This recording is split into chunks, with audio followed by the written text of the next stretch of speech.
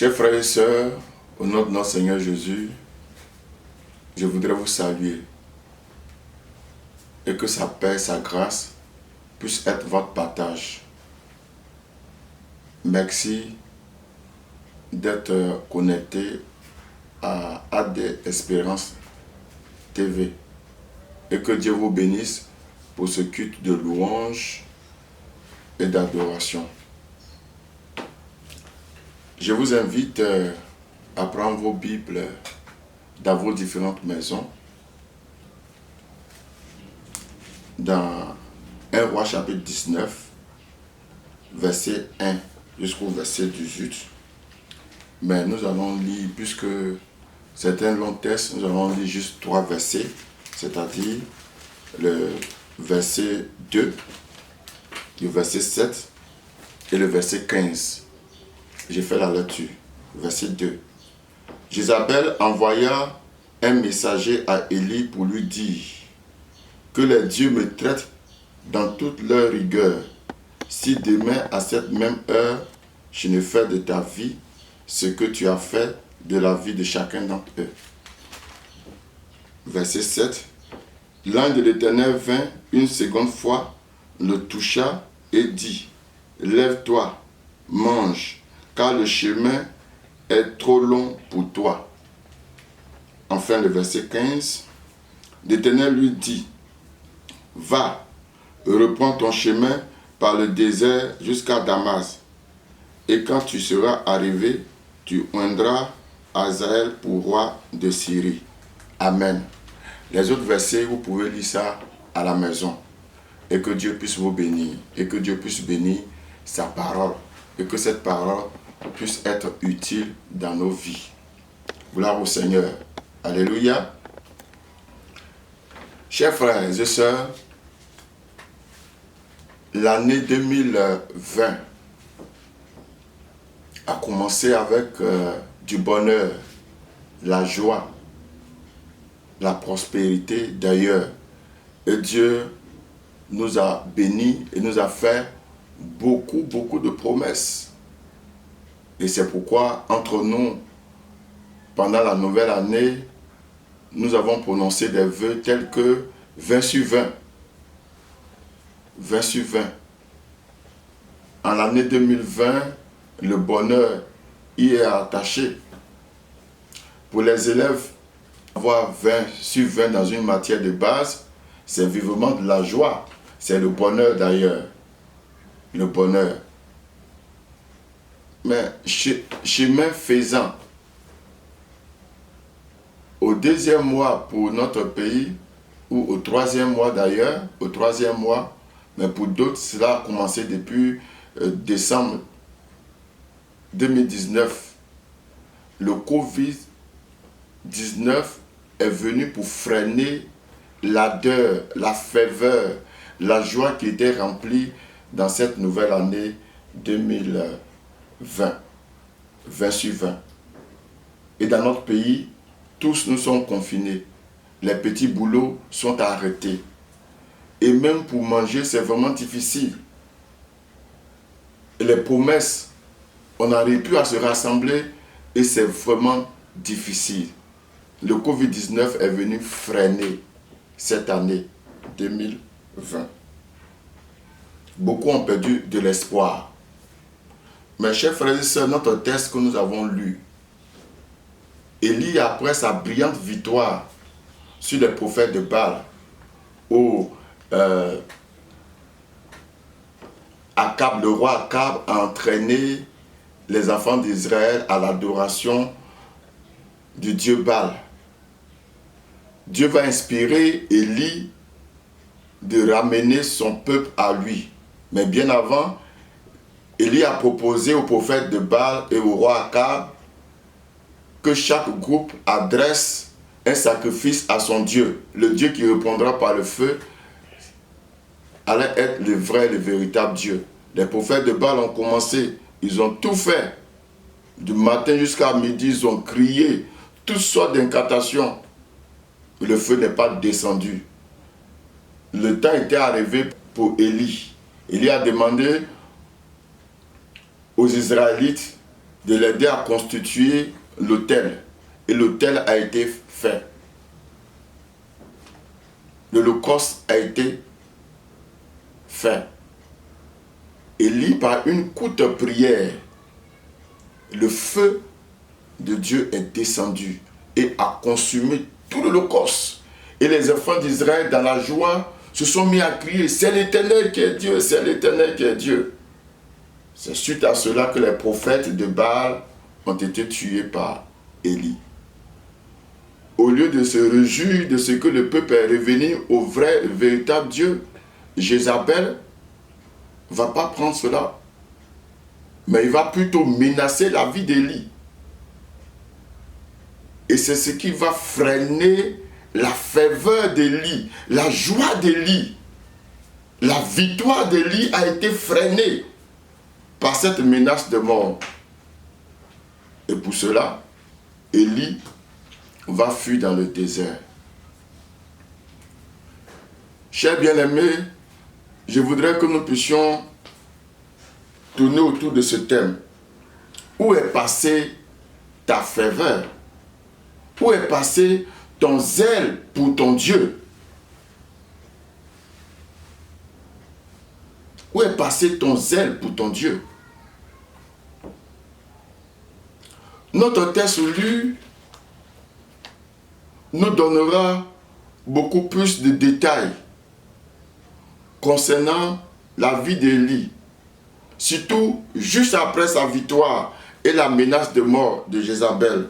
Voyons ensemble ce qui a freiné la ferveur, le zèle d'Élie. Ce qui a freiné la ferveur et le zèle d'Élie se voit dans notre texte. C'est la menace de mort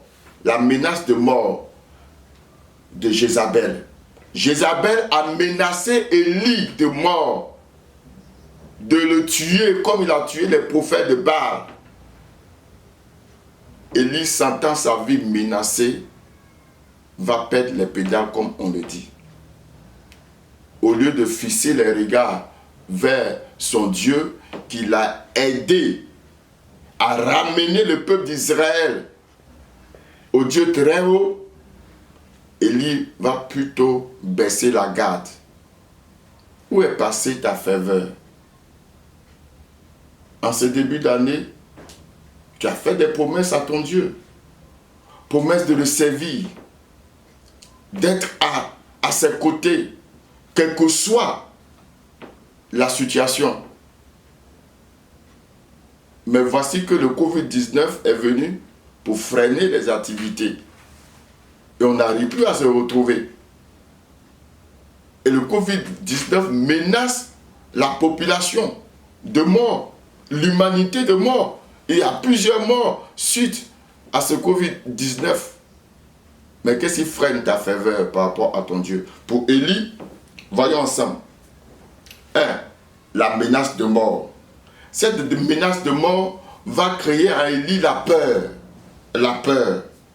Et cette peur va entraîner la fuite d'Élie dans le désert. Et lorsqu'il va arriver, il va demander au Seigneur, je suis le seul qui t'ai servi jusque-là. Les autres sont morts, mais moi, je veux la mort. C'était Jézabel qui l'avait menacé, mais maintenant, à cause de cette menace, Élie va vouloir la mort, le suicide. Et il demande au Dieu qui donne la vie de lui ôter la vie. Chers frères, chères sœurs, qu'en est-il de toi? Qu'est-ce qui menace ta marche chrétienne? Qu'est-ce qui menace ta ferveur? Ça me fait rappeler l'histoire des disciples, surtout celle de Pierre.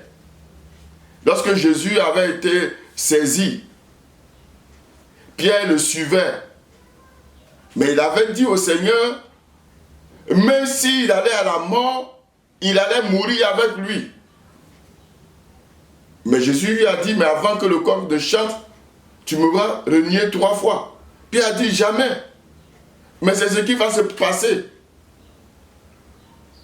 Une servante va lui demander, mais toi, on dirait que tu fais partie de ses disciples. Non, non, non, non. Un autre, non, non, non, non.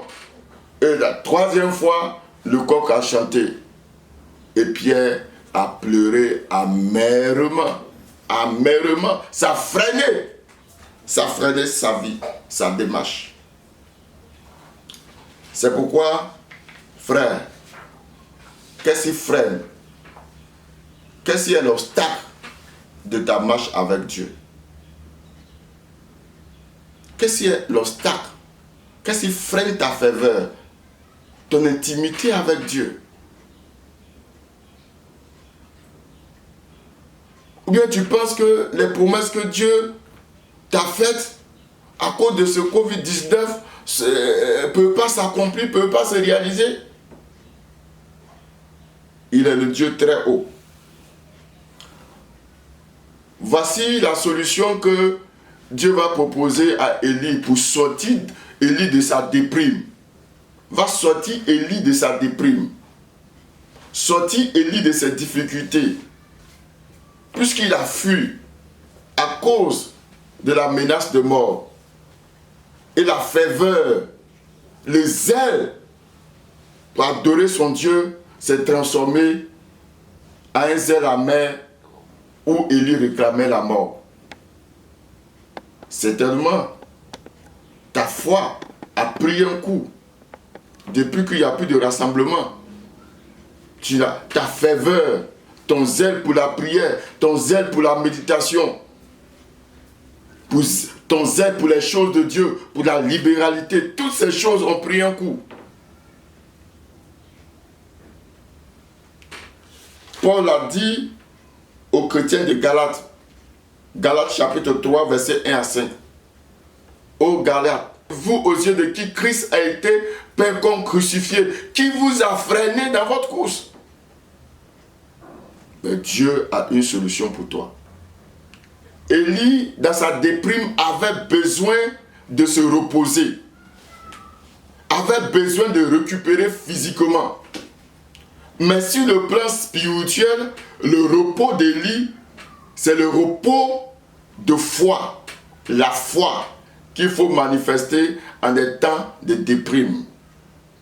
C'est pourquoi dans Isaïe chapitre 30, le verset 15, la Bible nous dit que c'est dans le calme et dans le repos que sera notre salut. La foi en Dieu. Dans Hébreux chapitre 11, le verset 5 dit, « Or, sans la foi, il est impossible d'être agréable à Dieu. » Si nous n'avons pas la foi, nous ne pourrons pas reprendre notre communion avec le Seigneur. Nous ne pourrons pas reprendre notre zèle. C'est la foi qui nous donne le zèle pour Dieu. C'est la foi qui nous donne d'avoir de la confiance pour Dieu. C'est la foi qui nous donne d'espérer en Dieu, quels que soient les temps difficiles, quelles que soient les situations compliquées. Tu as besoin de revoir ta foi en ton Dieu, de renouveler cette foi. La Bible ne dit-elle pas dans le psaume numéro 37, verset 5? Recommande ton soi à l'Éternel, mets à lui ta confiance et il agira. Si ça ne va pas, même si tu es menacé par les sorciers, si tu es menacé par les œuvres des ténèbres, d'empoisonnement et autre chose, recommande ton sort à l'Éternel. Mets à lui ta confiance. Ce n'est pas la peine de déprimer. Ce n'est pas la peine de te soucier. Est-ce que tu peux apporter une coudée à la durée de ta vie? Non. C'est pourquoi fixe tes regards sur le Seigneur. Aie foi en lui. Pour sortir de ta déprime. La deuxième chose, c'est le toucher de Dieu ou la visitation de Dieu. Dieu a visité Élie. Dieu a touché Élie. Et dans le toucher de Dieu, Dieu va présenter deux éléments essentiels à Élie. Dieu peut lui-même venir te visiter. Il peut envoyer l'un de ses serviteurs ou envoyer un ange. Dans le cas d'Élie, C'est un ange qui est venu pour réveiller Élie, pour le toucher, pour le visiter. Si ta ferveur, si ton zèle a baissé, Dieu veut, au travers de ce message, te parler. Il veut, au travers de ce message, relever ta ferveur, relever ton zèle, pour que tu puisses continuer d'avoir confiance en ton Dieu, quelle que soit la situation difficile et compliquée. Les disciples qui allaient à Emmaüs, ils ont été brisés dans leur zèle, parce que Jésus est mort. Et il disait que Jésus a dit c'est lui qui allait relever le royaume d'Israël, mais voici 3 jours qu'il est mort. Mais d'aucuns disent qu'il est ressuscité. Mais pourtant, ce n'est pas vrai. Ils étaient découragés, abattus, la ferveur. Et ils ont quitté les autres pour aller à Emmaüs. Mais il a fallu que Jésus se révèle à eux pour qu'ils prennent conscience que effectivement Jésus est ressuscité et ils sont venus témoigner. Cette visitation a relevé, a apporté du zèle dans leur intimité avec le Seigneur. Joseph aussi qui était découragé de pouvoir prendre Marie, puisque ils étaient fiancés, elle était enceinte. Dans Matthieu 1, chapitre 19 jusqu'au verset 24. Il a fallu la visitation de l'ange pour lui dire non, cet enfant qu'elle porte vient du Saint-Esprit. Elle affantera un fils, tu lui donnera le nom de Jésus et c'est lui qui sauvera son peuple de ses péchés. Et c'est là que Joseph a accepté de pouvoir prendre Marie. Chers frères, et que Dieu puisse vous bénir. Que la grâce de Dieu se manifeste dans votre vie. Le premier toucher, la première visitation, il y a eu de la nourriture qui a été présentée, un gâteau à Élie. Élie a mangé ce gâteau. Ce gâteau, c'est le symbole de la parole de Dieu. C'est le symbole de la parole de Dieu. Pour être restauré, pour être renouvelé, pour partir de zéro, pour avoir à nouveau confiance au Seigneur, plonge tes regards dans les Saintes Écritures. Nourris-toi de la parole de Dieu. Pour que tu sois béni, pour que tu sois restauré, pour que le Seigneur puisse te donner des orientations assures, chers frères, et que sa paix puisse être ton partage. Dans le psaume 119, les bienfaits de la parole de Dieu sont inscrits. Toute chose passera, mais la parole de Dieu ne passera jamais. C'est pourquoi, accroche-toi, médite cette parole. Dieu va se révéler à toi, Dieu va te donner des orientations pour te relever de ta déprime, de ton découragement, pour te donner de nouvelles forces pour aller plus loin avec lui. La deuxième chose que Dieu a donnée à Élie, c'est l'eau, pour que Élie puisse boire. L'eau est l'image du Saint-Esprit. L'eau est l'image du Saint-Esprit. Dans Jean, chapitre 7, le verset 37 à 39, le dernier jour de la fête, Jésus s'est écrié, « Celui qui croit en moi, des fleuves d'eau couleront à son sein. » L'Esprit de Dieu. C'est l'Esprit de Dieu qui a été donné pour nous donner la force dans nos faiblesses, dans nos temps difficiles. C'est le Saint-Esprit qui a été donné pour nous donner du tonus pour aller de l'avant. Chers frères, chères sœurs, sois en contact, sois en communion avec l'Esprit de Dieu. Laisse-toi être touché par le Saint-Esprit. Nous ne cesserons jamais d'insister sur ces deux éléments à ces temps de confinement. La parole de Dieu et l'action de l'Esprit de Dieu, la communion du Saint-Esprit. Sois rempli de l'Esprit de Dieu. Sois imbibé de sa présence.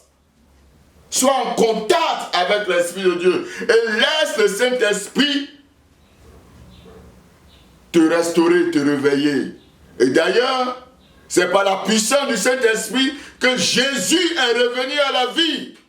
Reviens de ta torpeur et laisse le Saint-Esprit te saisir pour que tu reviennes à la vie, pour que de nouvelles choses, de nouvelles forces te soient communiquées pour aller de l'avant, pour la gloire de ton Dieu.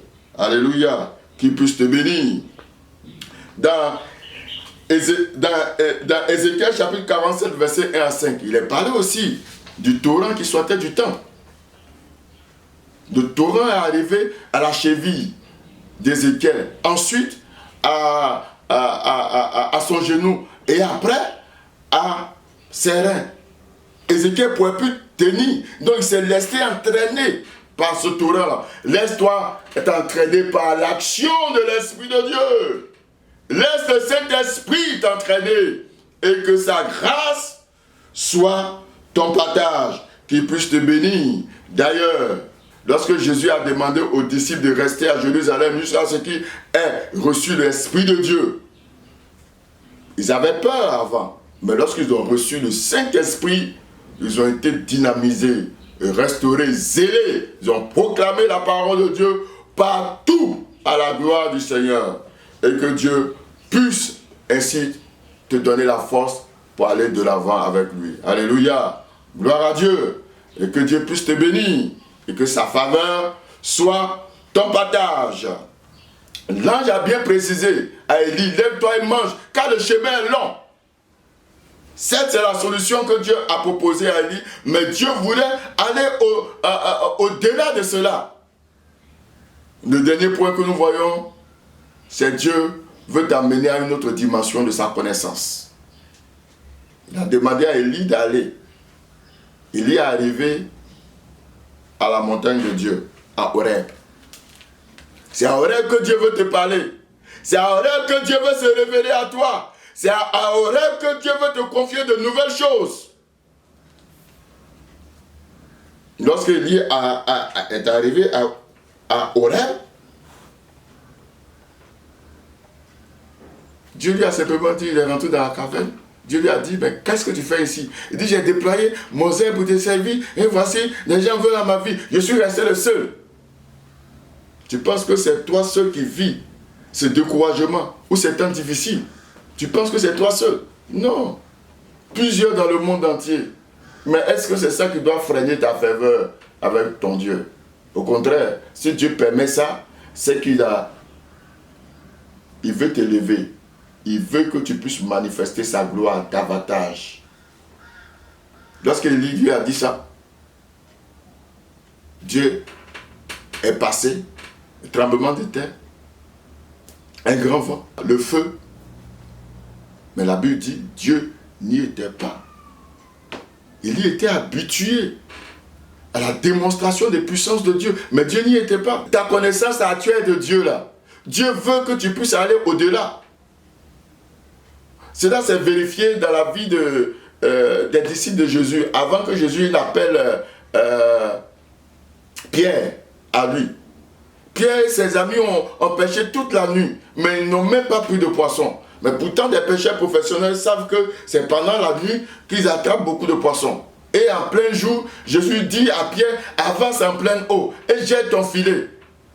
Pierre dit, mais on a travaillé toute la nuit, on n'a rien pris. Mais sur ta parole, je jetterai le filet. Et c'est ce qui s'est fait. Il a jeté le filet et le miracle s'est produit. Dieu veut se révéler à toi. Il veut que tu puisses aller à une autre dimension. C'est pourquoi ces difficultés sont en train de joncher ton chemin.